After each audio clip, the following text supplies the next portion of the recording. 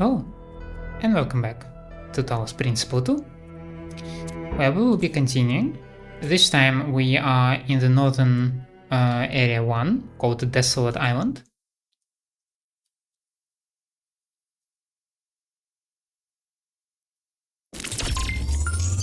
We did not discover that much. I believe we read everything here in the Lost Lab.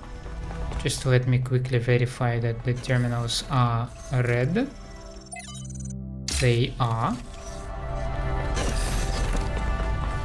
So, we have been by the Sphinx as well. Yes, we have seen that thing, which has 3 letters in 3 specific spots. Let's see where these spots are. So Byron is very interesting, yes, but we have letter T somewhere over here, and we have of course this path over there, which I'm mighty curious to explore. But first,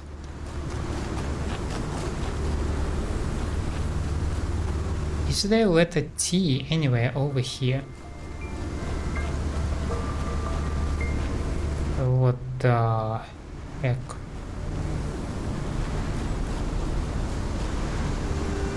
Somebody made the snowman. Unless in this universe we acknowledge that they can appear just because.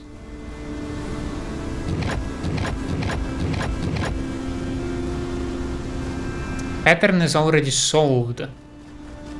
This is such a nice touch that they explicitly tell you that yes, this is correct, you can leave it alone. This saves so much on the backtracking. When you can just immediately know that, like, yep. Ow, my ankles.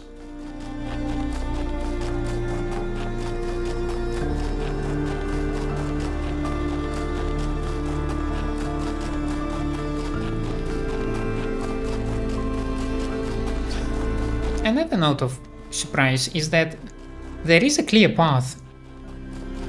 Like, everything else is covered in snow, but this path is no. Still there. I also was wondering the other day, so we have an entire expedition crew, right? 5 crew members. There's an old saying about how in the end, the sea will claim everything. I have no doubt that this is true. In the long history of the human species, entire regions have disappeared under the waves. Places like Beringia and Doggerland still echo in our cultural memories. But we shouldn't forget that life began in the sea. We are the children of the sea. And it's not through floods and ruin that the sea will claim everything, but through us. We have 5 crew members, right? We can solve so many issues if we can just give boost to each other. And if we have ropes and ladders, we can just go over the walls and activate the bridge matter thingies. Particle clouds. I'm sure there is some sort of a safeguard from the creator of the entire puzzle maze that detects a correct solution and only then releases the particle clouds, but you never know.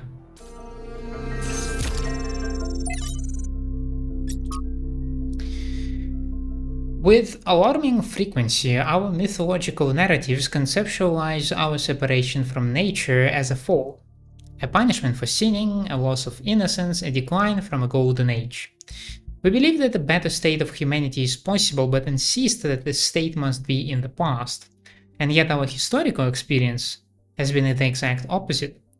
For all the horrors of modern war, and they are considerable, relatively few people today have to suffer the unspeakable agonies that our ancestors went through on a daily basis.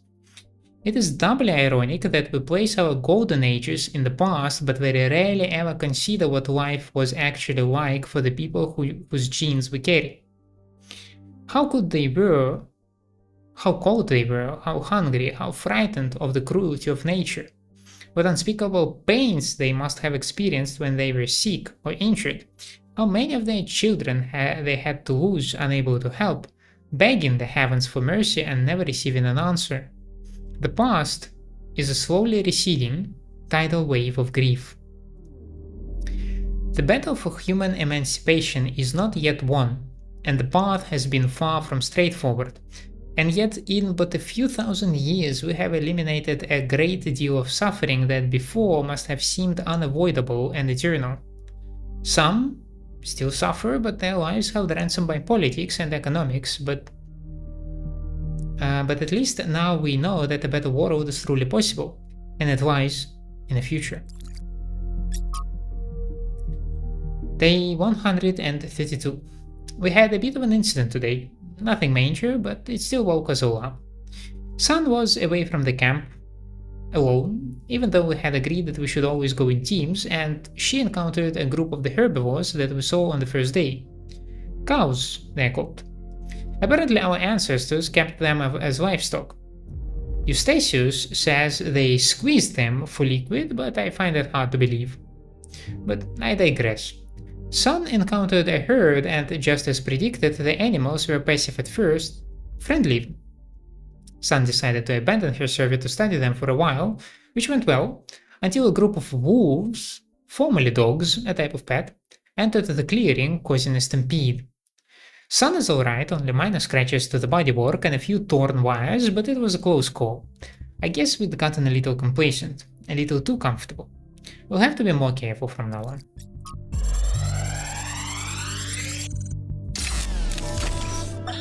Now I have to talk science fiction for a bit because I love science fiction, but it drives me nuts. There's this cliche that shows up over and over, and every time someone uses it, everyone pretends it's really profound. It goes something like this.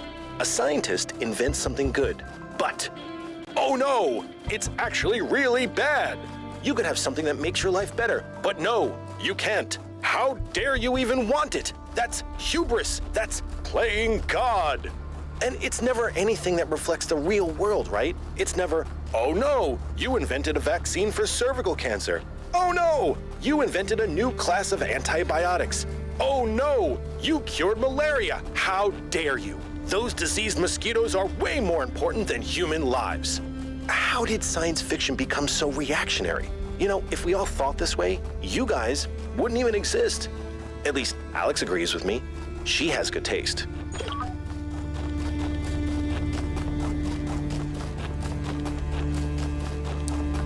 Now, let's see. I cannot still access them, can I? Yeah, clearly I require more.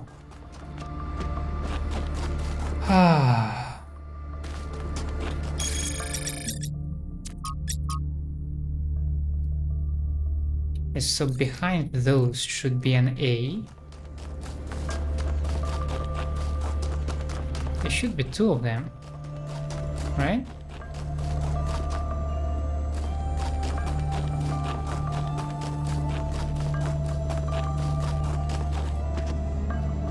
Okay, I'm not so sure anymore.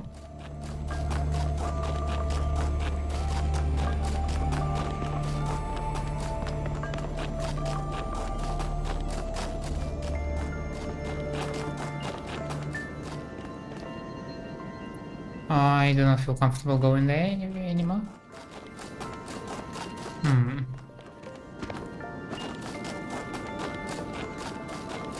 It might perhaps be just inside.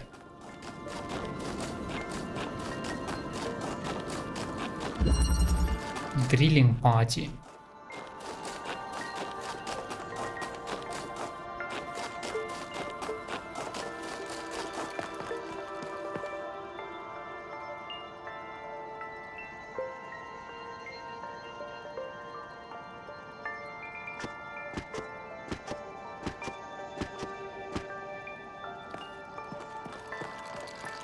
What bothers me is that it's a single building by the looks of it.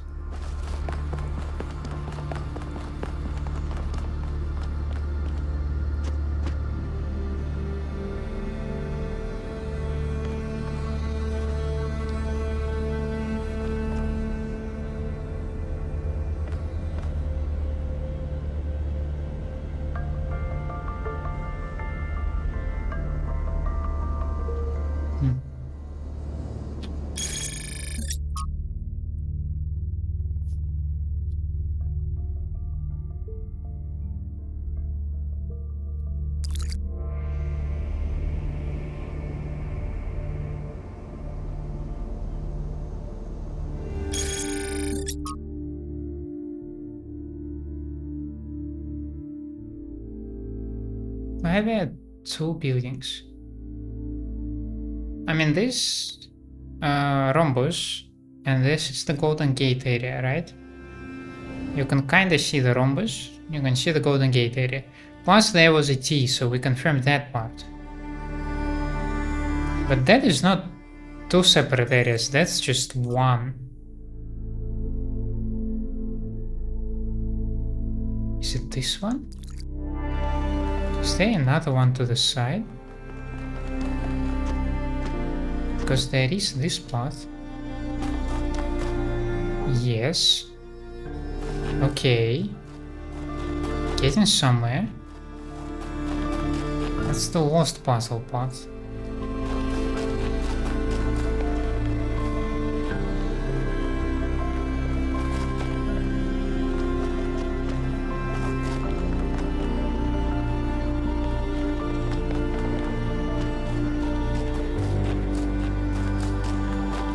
Aha!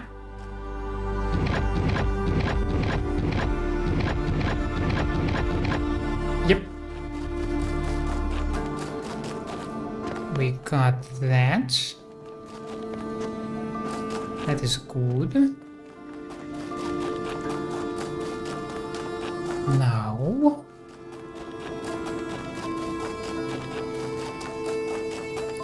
let's get the C.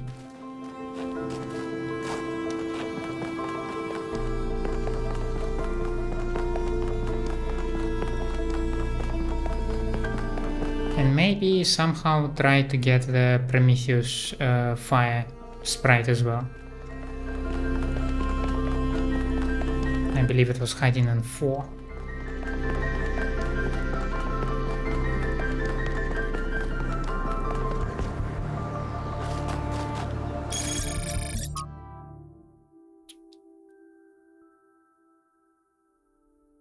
Should be a triangle.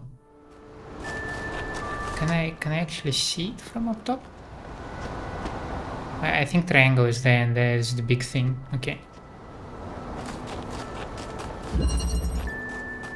Okay, let's try... This is a platform.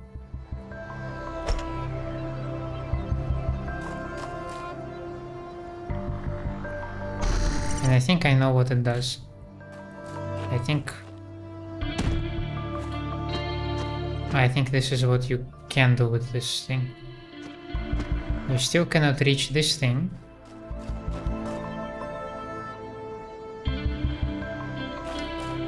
But can you...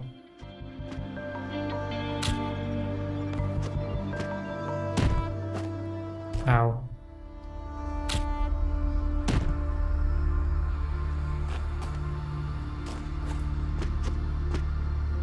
You sure you cannot reach this thing?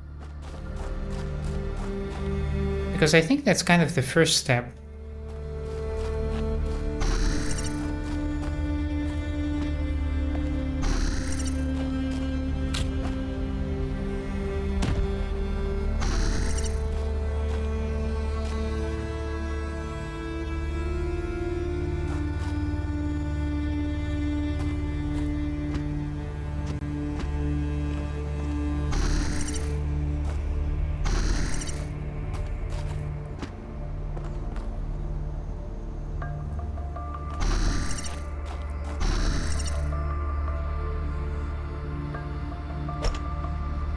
Okay.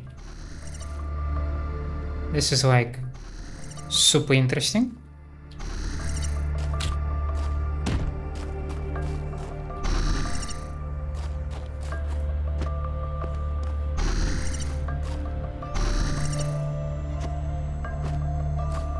God damn you.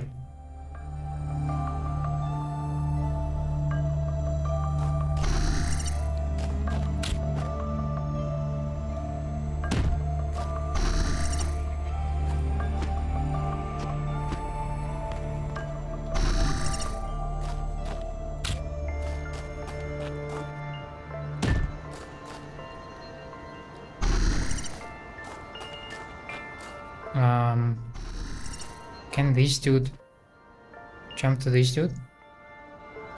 No. Can this dude jump to this dude? And then do something?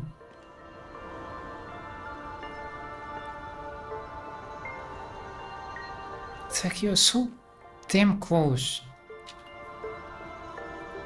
But you are missing something.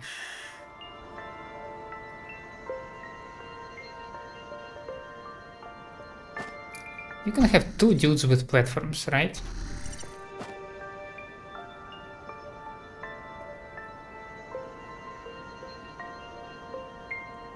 And you have a dude without a platform. So now you have a dude without a platform on a dude with a platform. So now dude with a platform with a dude jumps on this dude. Now I have a triple dude. Problem is, I need to arrange the cube on another place. So, oh my god. This is a new concept, so I am trying stuff out. Okay, yeah, you jump here, you come here. Now you are even higher. You take this guy, you take this guy, you take this, you take this, you take the thing, and I'm off.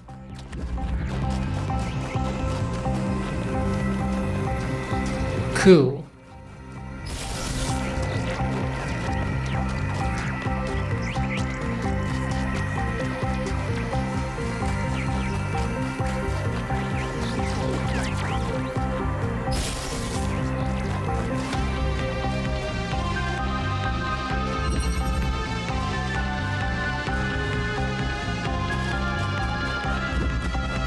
Okay, that's behind. That's good.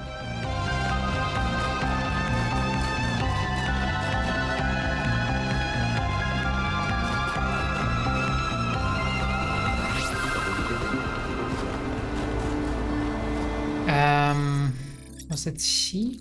Over here it was C.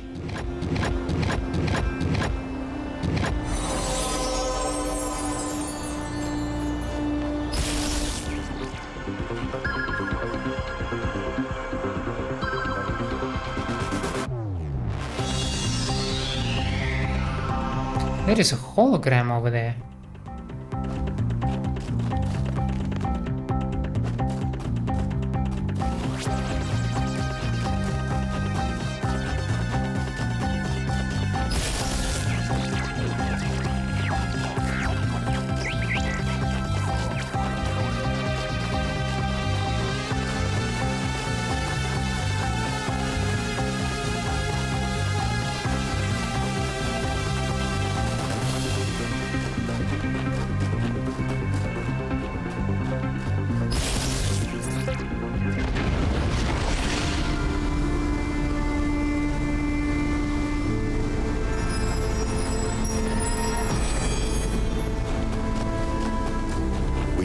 Return to the past, but the future can redeem all that has happened.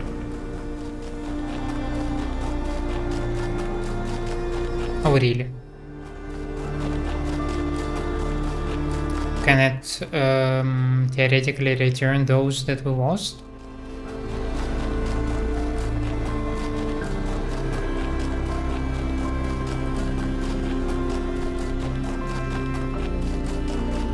What the hell is this thing?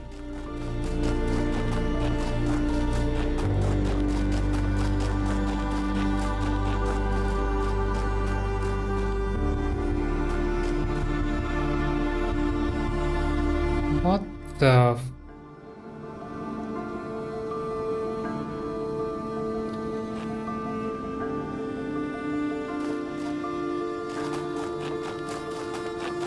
You know, in the first Talos Principle, there was a small area. I can't even remember where it was, I cannot describe where it was, so I just hope that you will understand which one I mean. It was kind of a hole in the ground. You fall into it, naturally. And inside you see glitching walls and Elohim just going bonkers and saying nonsense.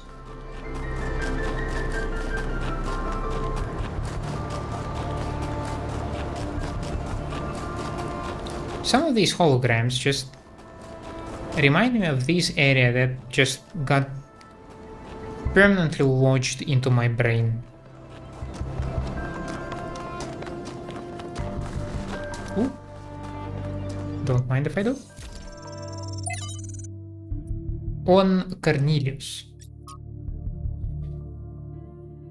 There are some people whose true importance you just don't notice at first. People who quietly hold things together without making a big deal of it.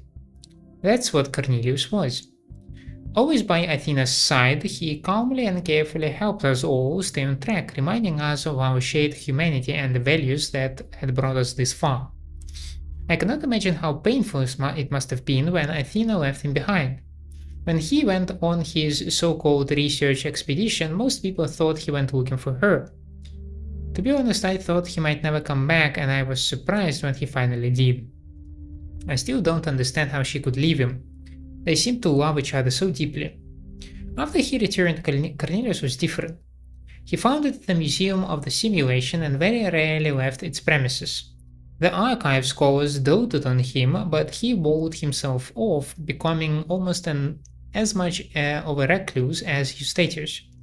And only then did I slowly understand how much the city had lost.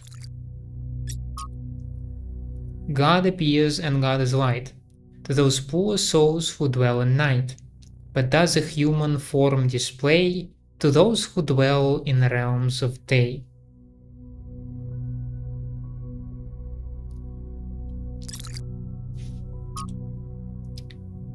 From Considerations by Eustathius.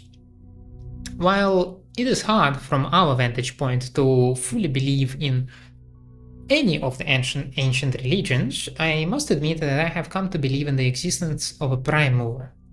Not a design as such, certainly not an interventionist god, but some force that set the universe itself into motion.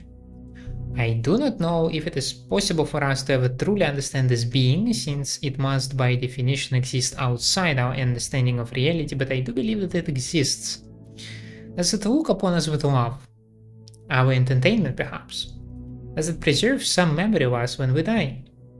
All of this I cannot answer, but I do not disbelieve those who honestly speak of having experienced some manner of brief communion with this entity. It's simply too common an experience in human history to easily discount. As the motion of the universe proceeds from the Big Bang, so whatever force animates us, whatever constitutes the true foundation of consciousness, proceeds from the prime mover.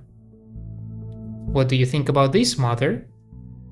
I don't believe in any kind of prime mover, but I thought you should read it because Eustathius is an intelligent person and he came to this conclusion after a great deal of thought. It's important to respectfully consider points of view we don't agree with. From the book of annotated internet comments. If modernity is so great, why is everyone so fundamentally disappointed with the world? Why do we sigh with pleasure at the sight of old houses but feel nothing but depressed and alienated by skyscrapers? Why do we yearn for lush forests and wide plains, not narrow canyons between buildings? If we love all this technology so much, why is our idea of happiness to get away from it? Could it be that progress is just a story we tell ourselves to justify why we allow ourselves to be dominated by inhumanity, and all the forms of living have something to offer? It seems that many of us share this desire to immerse ourselves in nature. Though we are ourselves entirely technological beings, we enjoy and value the Earth's diverse and unpredictable biosphere.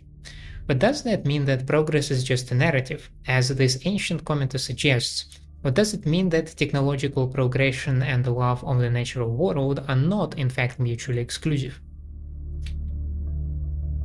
And yet if this person was left on his own somewhere in the wilderness, he would feel nothing but terror. The appreciation of nature is rooted in the experience of civilization, of safety. True, but he's still right. So much of what our ancestors created in their last years was alienating to the majority of people. Then the question isn't one of modernity, but of control.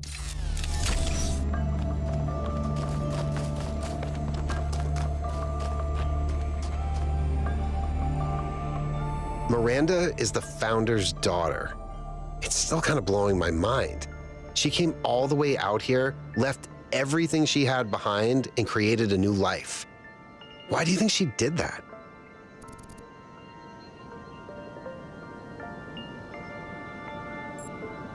I mean, obviously I don't have a clue, but if I were to theorize, why would she do that?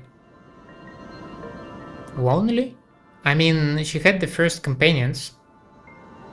She had the whole New Jerusalem. Was it the burden that made her feel lonely? Like the burden of being a founder?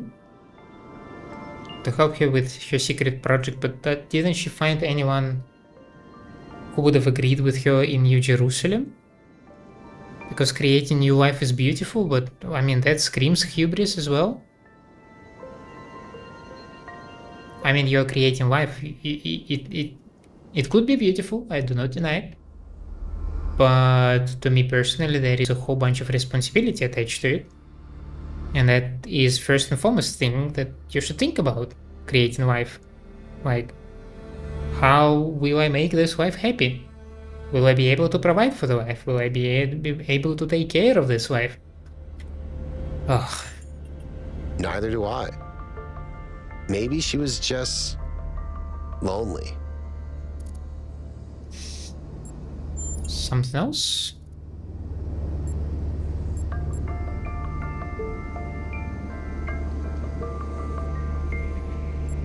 Have you changed your mind about trying some puzzles? Nope. Why is the northern part of the island mostly underwater? Our ancestors relied heavily on fossil fuels for energy generation, which released a lot of carbon dioxide.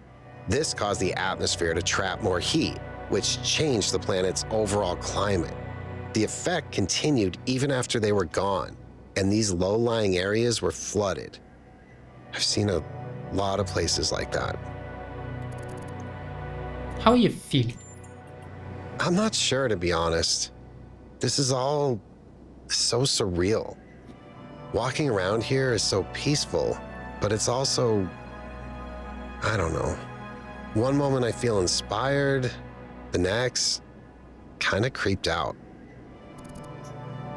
Did you ever meet the founder? No, I never did. I would have loved to.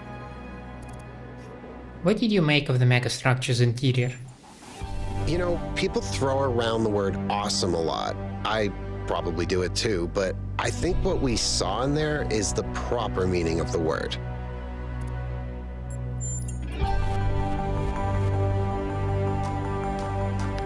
Number 6 over there, but we're heading towards the Sphinx.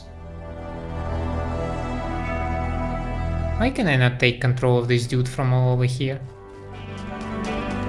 Arr.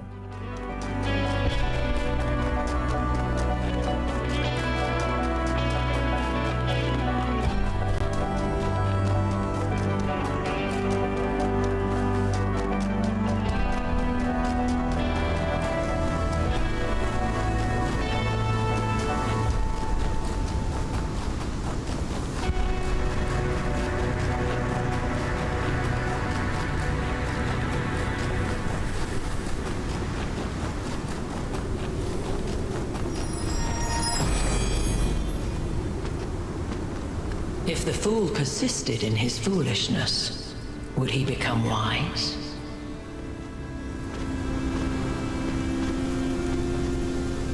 This lady just loves to give you like mysteries, puzzles, and questions, and just like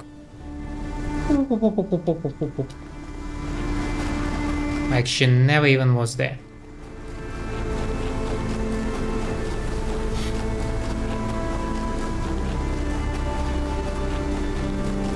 Now I know that I'm very close to number 7 over here.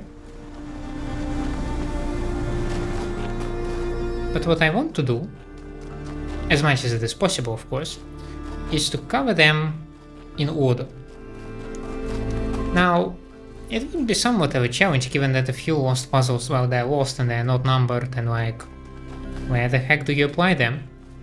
But let's see. This puzzle is next by 8, so it will be the last one, and there is another one by 4, so it will be somewhere in the middle one. So let's go back to number 1.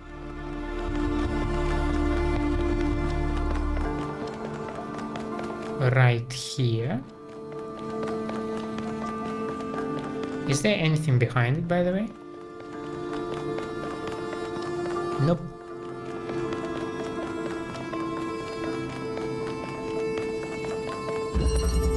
Mind-body dualism.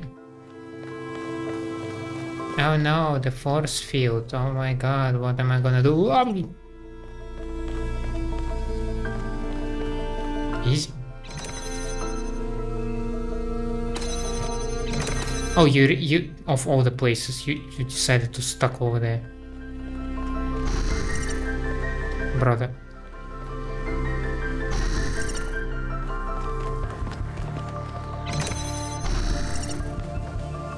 Ah.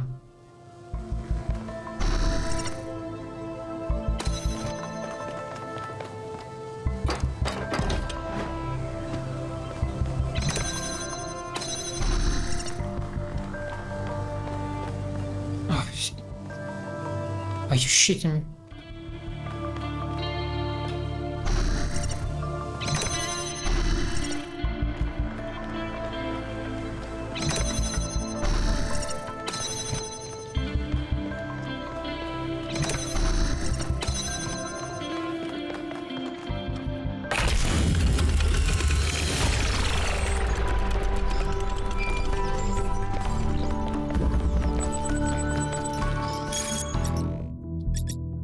Founder Megathread. Please keep discussion of the alleged presence of the founder at the site of the megastructure confined to this thread. I'm still in shock. I wasn't even sure the founder was still alive. Of course she is. And now that we have reached completion day, she has sent us her sacred messengers. It could still be aliens pretending to be the founder. It's not aliens, and if Prometheus and Pandora are her sacred messengers, why has one apparently chained the other? The day of her return is imminent. So, now you agree that Byron was right to want an expedition? In fact, it was the founder's will all along? And when you said it would be wrong to even consider going to the island, you were acting against the founder? Your board games aren't going to help you when the founder returns, Orinia. It was wonderful to hear Athena's voice again, but with all the emotion inherent in this matter, we should be careful not to get swept away. We don't really understand anything yet. I can't help but wonder, if Miranda is her daughter, was Athena trying to start a new civilization? Did she abandon New Jerusalem?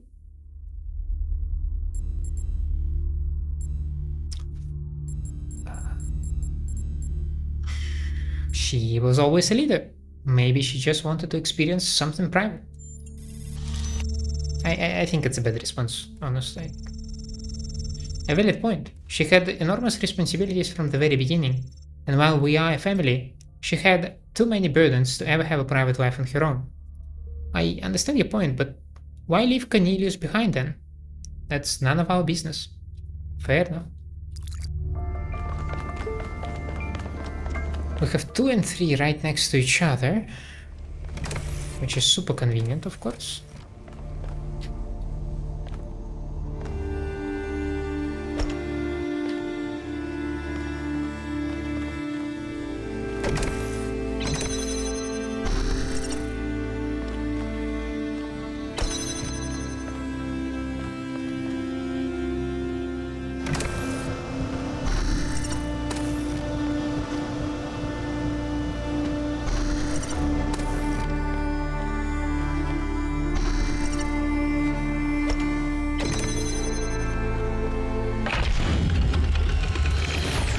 Yeah, so these first ones that just introduce you this concept are pretty chill. Any further insights on the particle clouds, Melville? To be honest with you, Byron, I feel like a caveman trying to study Bose-Einstein condensate. I'm seeing unknown particles whose every property violates the laws of physics, apparently capable of being controlled and recombined into just about anything. It's ridiculous.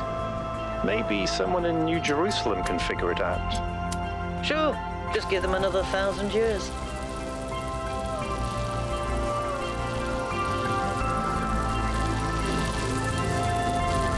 Ah.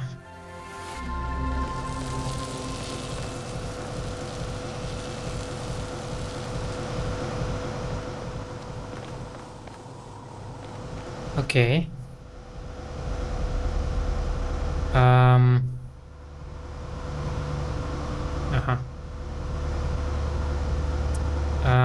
So what I want to do here, take this one, get this one. You cannot just place it here, can you?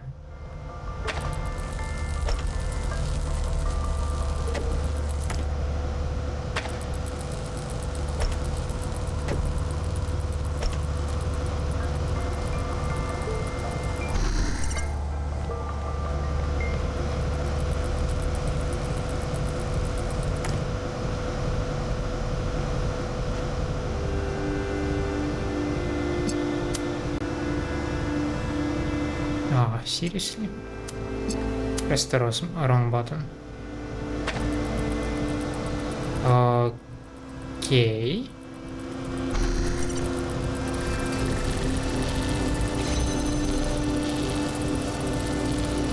Not entirely okay.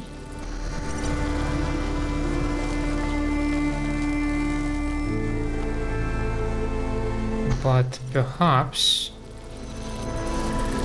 still workable.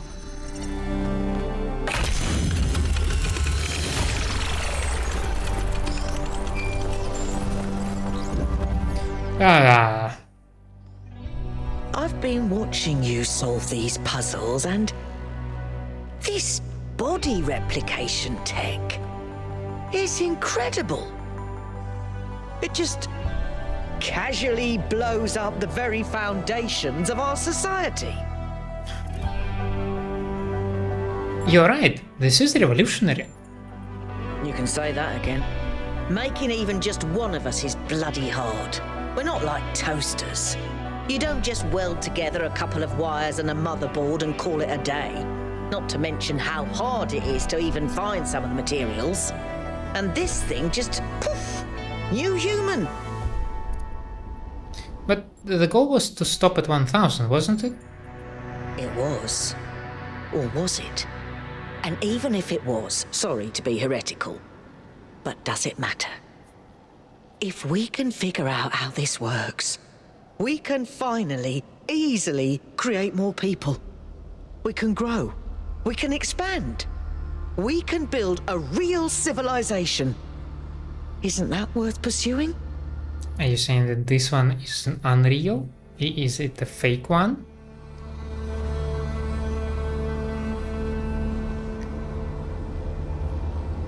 Maybe there is some point where there is enough people, but this is not it.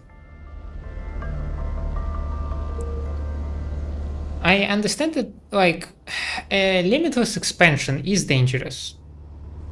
But I do think that, like, 1000 is not the number where you should stop. Again, like, I don't know how durable they are. I don't know how reliable their civilization is. This just speaks... We consider ourselves gods. And that's just icky. Look, yes, large amounts of people can cause problems. But even the problems they cause are interesting. Because without people, the world is boring. I'm not even saying there isn't some planetary limit. But I've done the maths. It's in the high billions. Not a measly 1,000. Anyway, We all need to think about what this means. Glad you and I are more or less on the same page. Alright, back to work. I was also thinking that does duplicating yourself, does it mean that you create a new human? Because if this is your duplicate body and you transfer consciousness between your bodies, technically there is still just one consciousness, there are just multiple bodies. The founder appears to have developed a technology that prints new bodies using those particle clouds we're already familiar with. These bodies come with a protocol for instantly transferring the user's mind. I cannot sufficiently underline how mad this is. The implications would be breathtaking if breathed. There seem to be a number of safeguards, so far I've not been able to get this tech to work outside the puzzles. I did manage to sort of make sense of the mind transfer protocol, however, and I'm uploading all the data I've collected. It will need to be studied extensively before it can be used, but I can think of a lot of potential applications. What really grinds my gears, though, is how casually it's all deployed. It takes us ages to make a new body, and here there is a whole bunch of them doing no more than holding up platforms or standing on pressure plates. Is this all a joke? Is it? This body replication technology is proof of just how vital this expedition is.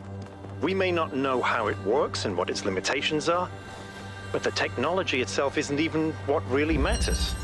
What matters is to expand our imagination, to realize that other futures are possible.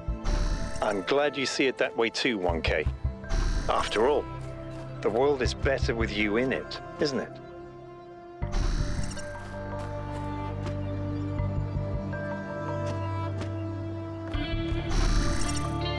Ah, gosh darn it.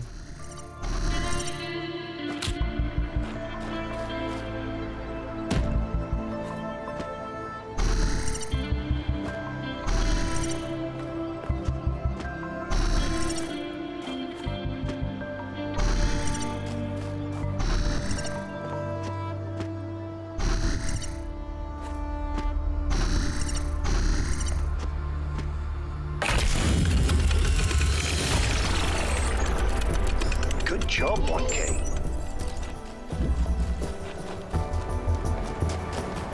There should be a lost one over there. Wait, not? I thought that's the lost one. Okay, 5 is down there. Okay.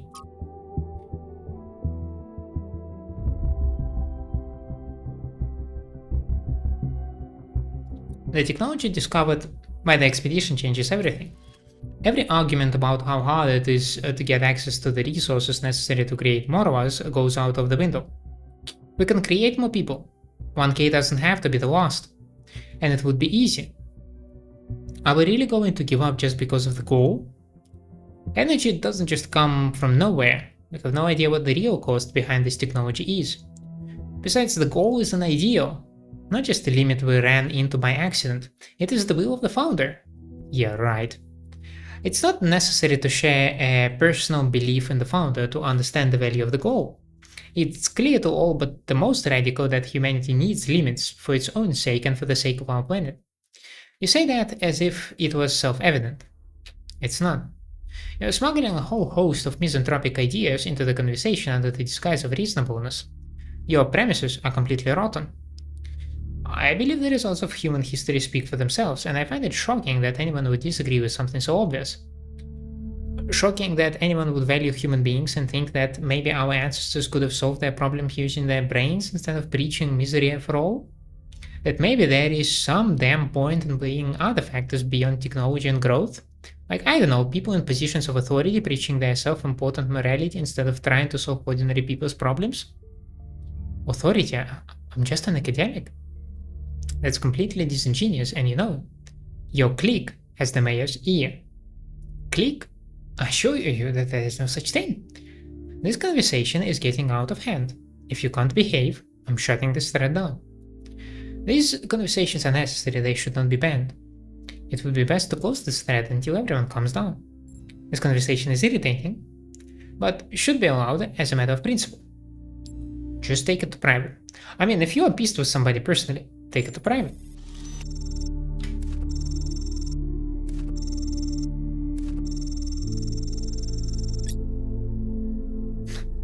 Don't forget that the premise of civilization is that we have to be civil. Thread closed. Let's go check the lost one.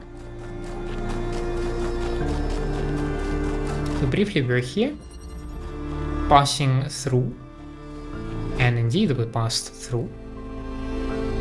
We have our gentleman over here that can, as a matter of fact, disable some stuff. We have a cube right here. We have a platform over here.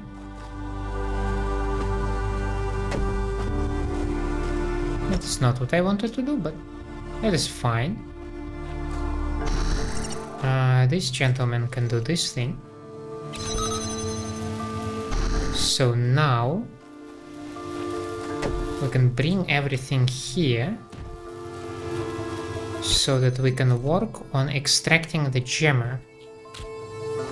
So you should be here, you should have the thing, you should drop over here, you should also grab the gemmer probably. Grab this thing, then take control, then jump, then take the guy upstairs, and the guy upstairs cannot leave. Cool. Why?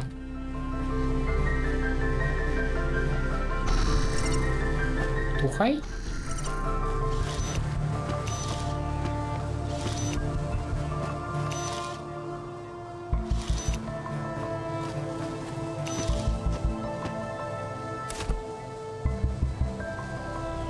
Okay.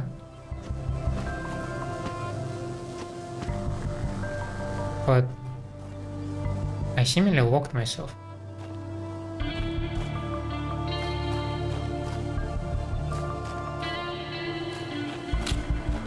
Can I jump over from here?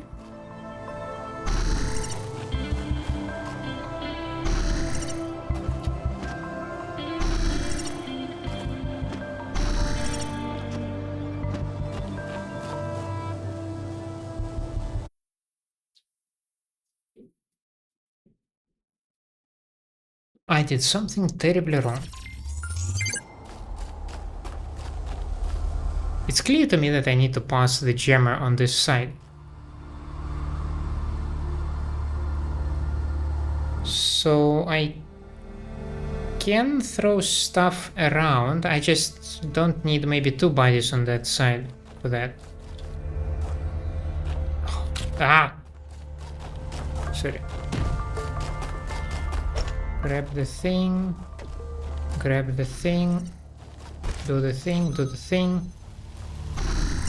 Now, let's see, what do I need? I probably will need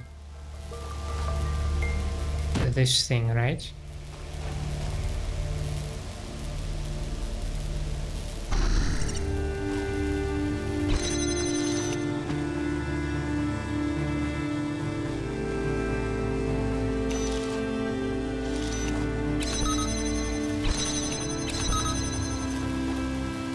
You do need a guy with a thing standing over here.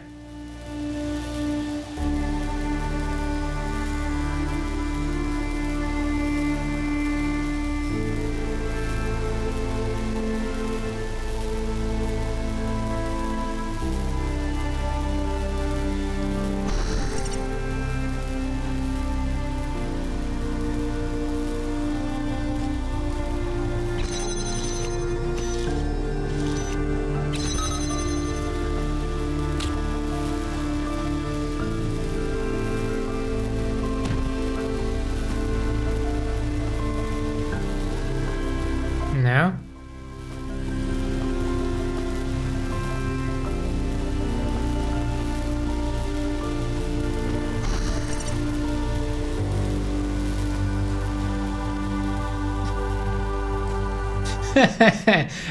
Are you joking me? I can just like walk with this gem around my head and like that's totally chill now. Okay. Maybe that's why it's called just passing through. Okay.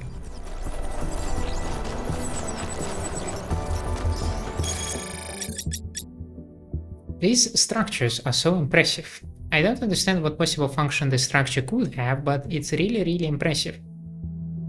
Hold on, could that be a function? Just to be impressive?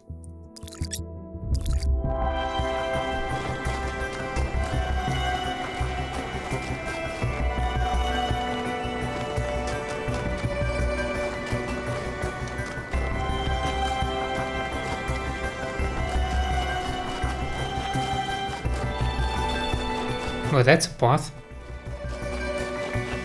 But where does it lead? To the terminal. Cool. Modernity terminal, that's a structure over there.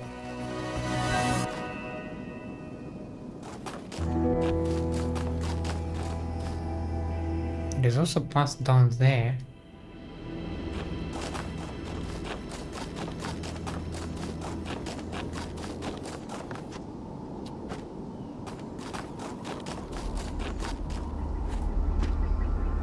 Like, what is this structure?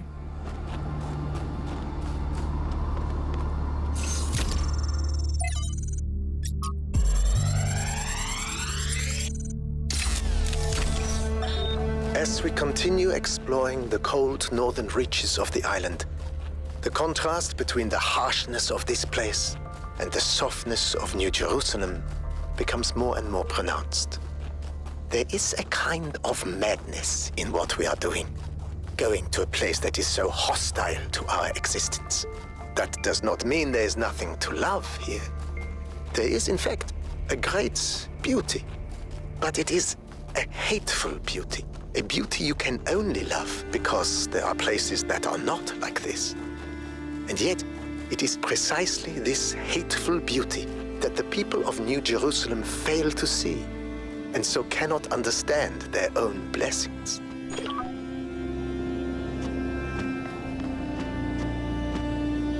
Yeah, that's the path I've been talking about.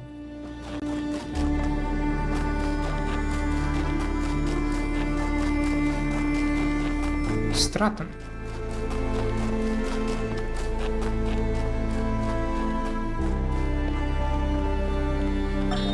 Let us consider the city.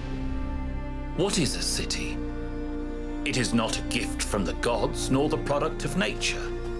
Unlike a mountain or a river, it is something that must be built through the deliberate arrangements of material by a mind imposing order on the world. And it is built to serve a purpose. To that end, it has roads and fountains and walls. And to the same end, it has laws and leaders.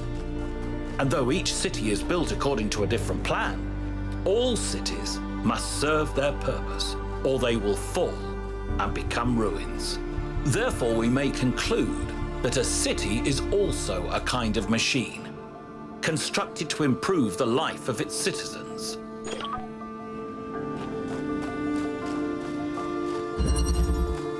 The gift.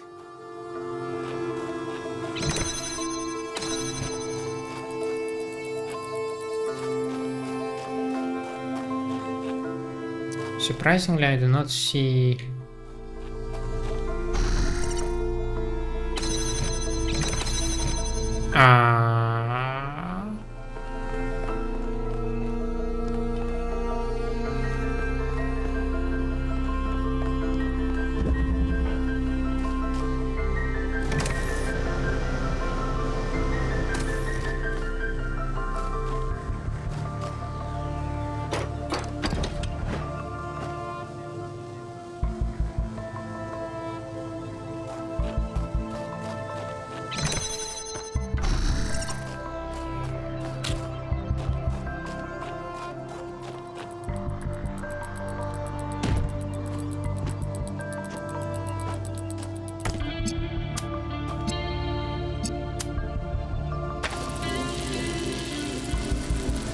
Clearly, that's not enough.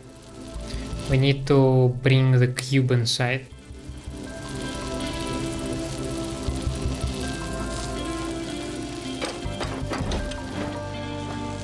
Can we bring the cube inside?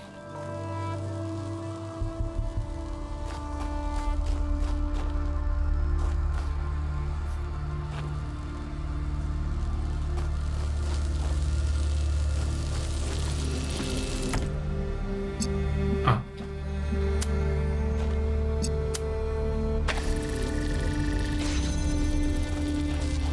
We can do a bit simpler. We can grab connector. It's for me not always clear when you are allowed to do simple stuff such as this one.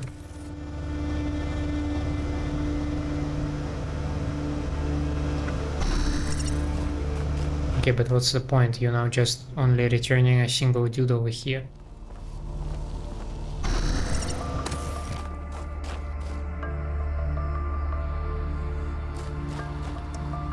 What you need to do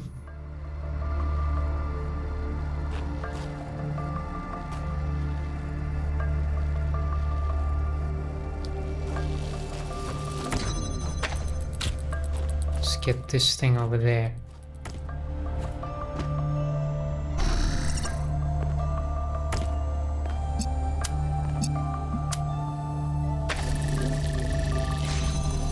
Now what you can do is take this thing. Now what you can do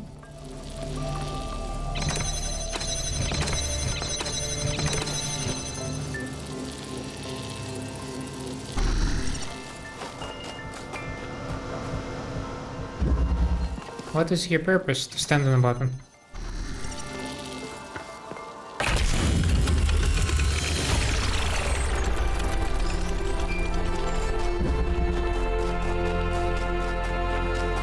Imagine spending years in such a desolate place.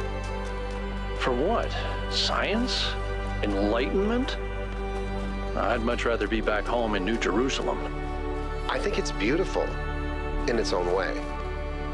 But I don't understand how our ancestors could survive here. They were so fragile. Imagine getting stuck out here in the cold. I wonder if there are wolves. It's kind of a miracle biological humans lasted as long as they did. Hello, 1K. What do you think about the body replication tech? It seems like something that could very quickly get out of control. You know that saying about good intentions? If we can solve problems by just making more people, how long before people just become a problem-solving tool? True. I mean, eventually you will start seeing... you know, there is a saying that when you are like a cobbler, every problem is a nail and every solution is a hammer.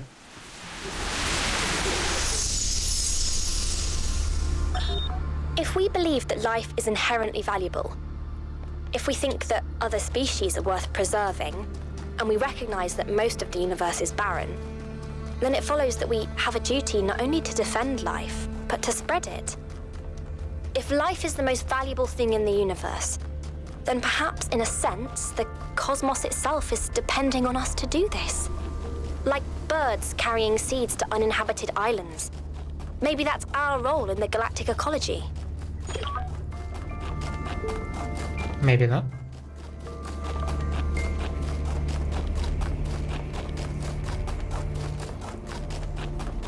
Damn you philosophers for asking questions for which nobody has any direct answer.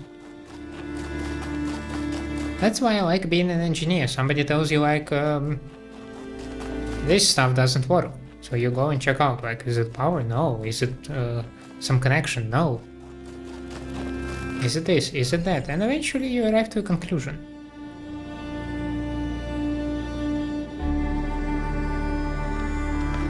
The key point here is, of course, eventually. But that's also still a conclusion, so I'll take it.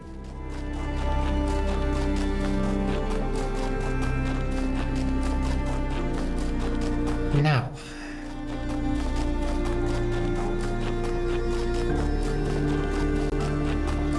have 3 puzzles remaining, as my math serves me correct.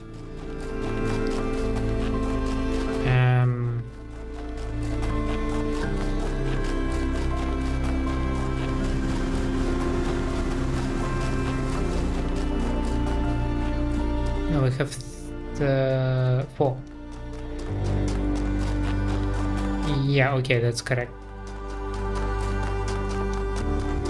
Because we should have total of 10 of them, and I right now have 6.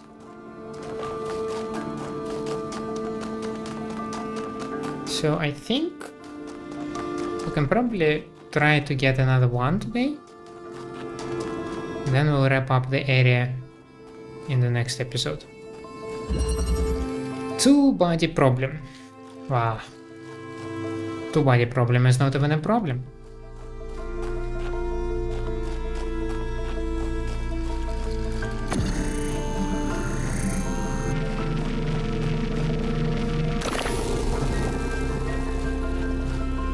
What do you have on your side?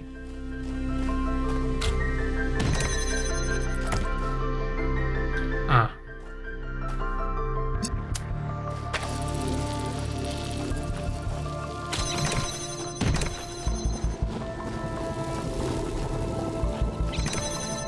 Ah.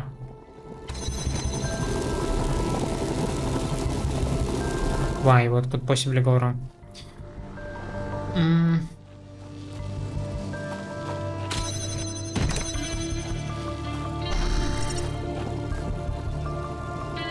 I need to first get this one, so I need to get the red one from over here to there, which should be relatively easy if I can grab this thing. If I can move this here, grab this thing, place it over there-ish. Grab this dude, grab this thing, grab the thing, connect the thing, boom.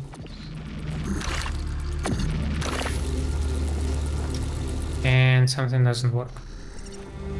What doesn't work? This doesn't work. Now I do not work. Let's see. Because I should be seeing the thing. Yep. Now that I have 2 things, I can get this thing over here. Now this thing can be... Can it though? Keep both of them over there. No.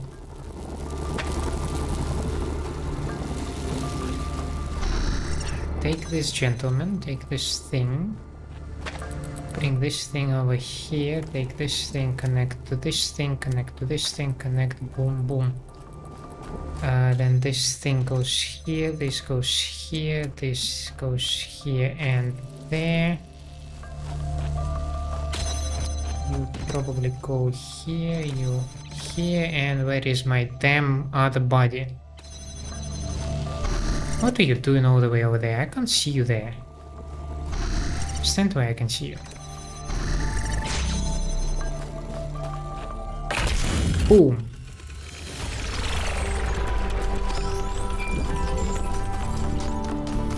Big brain energy over here. Private message from Rand.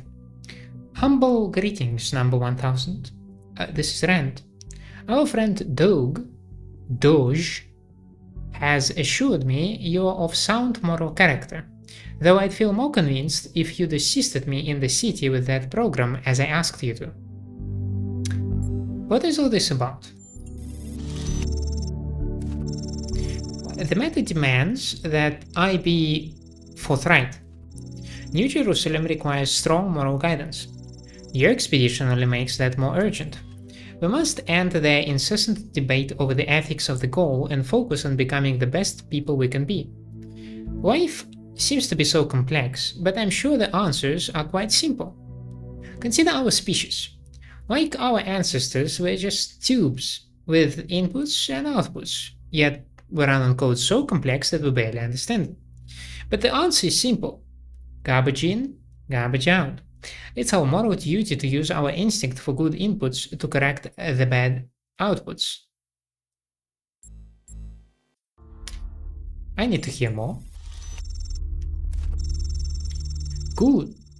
Because I have a great deal more to discuss with you, but first I'd like to answer any question you may have about me.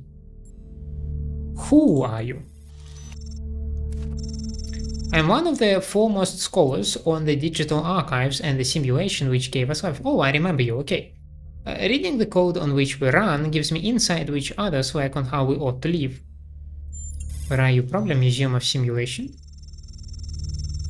Lately I've been analyzing the connections between our information libraries and the birthing algorithm, but I'm yet to find the pattern. Why are you? Answering that question is my life's work.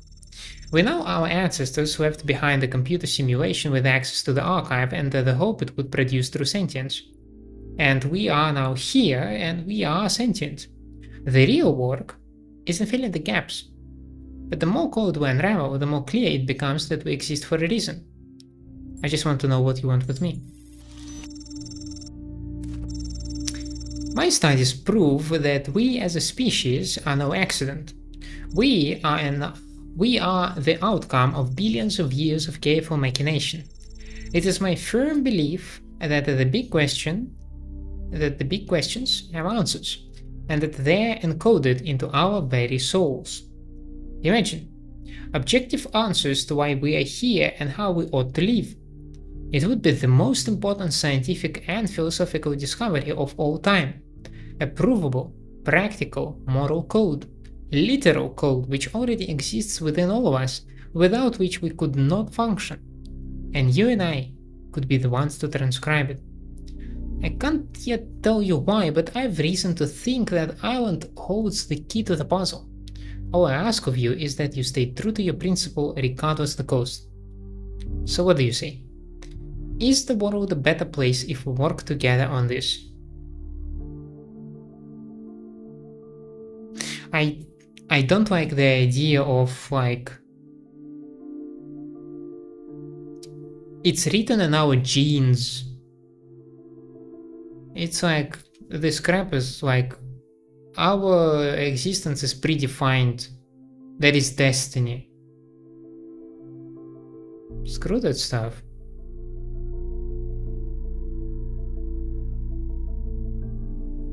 I just don't know if I'm up to this. You are. I have faith. There's only one good path before you. Will you join me? See, now, here comes my flaw as an average video game enjoyer, right? I feel like this is some very important quest. So just say no, please don't contact me again.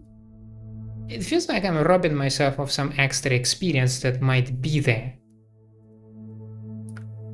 So I will go against my knee-jerk reaction to like, bruh, you're weird. And I don't like exactly what you are saying there. But I will say, okay, yeah, sure, let's do this together. Never say no, right? I knew you were one of the good ones. Well, usually there's a bit more of a ceremony when someone new joins the cause. Nothing fancy, just some tests of your faith and some homegrown simulations, but that will have to wait until you are back in the city. In the meantime, welcome to the Order of the Uriel. Is that some kind of secret society? Oh, absolutely. Most people can't begin to understand the complexities of our work, and some even seek to undermine it. One day we will have answers we can share more widely, but until then it's best we preach largely to the converted. Are there others?